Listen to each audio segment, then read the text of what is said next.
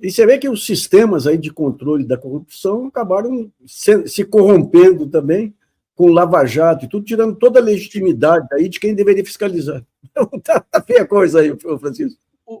Os efeitos da Lava Jato, você estava falando agora há pouco, trágicos na vida brasileira. Acho que não nos demos conta, você tem sido um dos principais analistas da Lava Jato, por sinal, eu passo sempre os documentários, Lava Jato Lado B, para os meus alunos, mas os efeitos dela não nos conta, eles são profundos. A Lava Jato corrompeu completamente as estruturas políticas do país. É uma operação fascista. Né? Ela criou um Estado dentro do Estado brasileiro.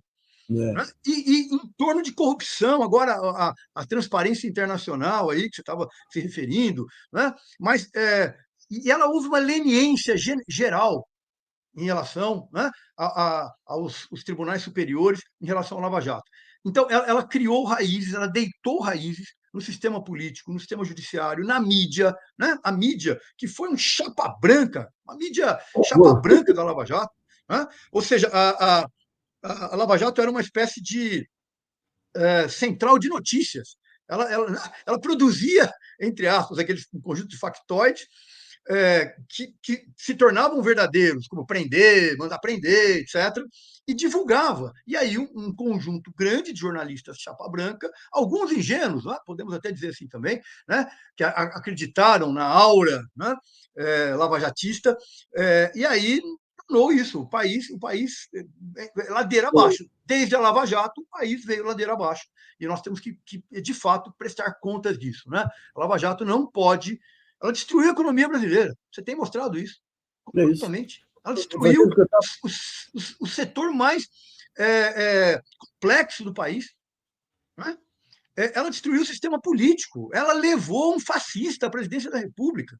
Não é isso? Ou seja, a Lava Jato tem efeitos políticos, econômicos, ideológicos. Ela deu bases para a extrema-direita no Brasil. Não haveria uma extrema-direita, né, alucinada como essa aqui, sem a Lava Jato, sem essa crença desses super-heróis. Ou seja, são efeitos absolutamente drásticos, profundos, que nós precisamos. Quer dizer, acho que agora a cassação do Moro, né, que é esperada, e se espera não só a sua cassação, como o Dallagnol, né? O encontro com a justiça criminal. Né? Estamos esperando isso. Né? Aí, os trabalhos da esposa dele com o escritório de advocacia, tem corrupção. Agora, uma coisa que surpreende e assusta aí, Francisco, é o seguinte: o país ele erra a primeira vez, comete um desastre que quase acaba com a nação brasileira. E esse desastre é impulsionado fundamentalmente pela mídia, com o discurso de ódio e o chama direito penal do inimigo.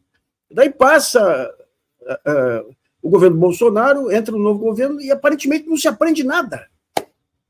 Não se aprende nada. Na sua opinião, o que leva a elite brasileira mesmo, pegar as instituições aí, eles tentam segurar o Bolsonaro, mas na outra ponta não há disposição para uma discussão aprofundada sobre nenhum tema relevante.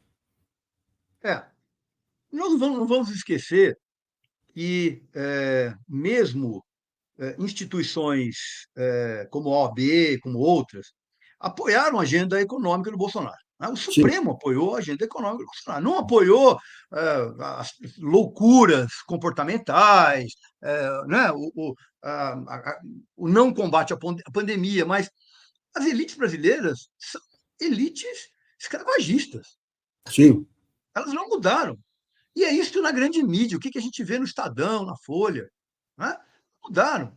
E irão dar um outro golpe, tão logo seja possível. Não podemos, elas jamais tiveram qualquer compromisso com a democracia no Brasil. Eu posso falar isso, que estudei isso fortemente. Elas não tiveram e não têm. Eu me lembro que na Constituinte, né, quando se discutia o capítulo sobre a ordem social no Brasil, toda a grande mídia foi inteiramente contrária. Direito das mulheres, a grande mídia foi contrária. Então, é uma história de um elitismo perverso, né? De um elitismo da Casa Grande.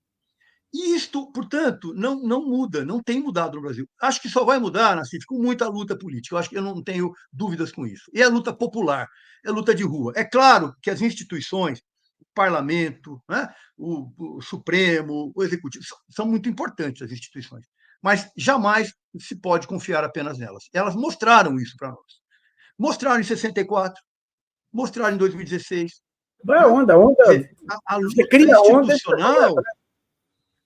A luta institucional, em si mesma, ela é uma luta apropriada pelas elites. Né? O Brasil é um país escravagista, não podemos.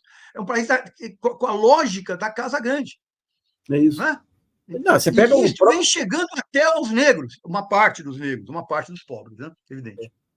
Você tem essa história de que o pobre que é incluído passa a pensar de acordo com a classe média. Exatamente. E é contra a inclusão de quem está vindo atrás.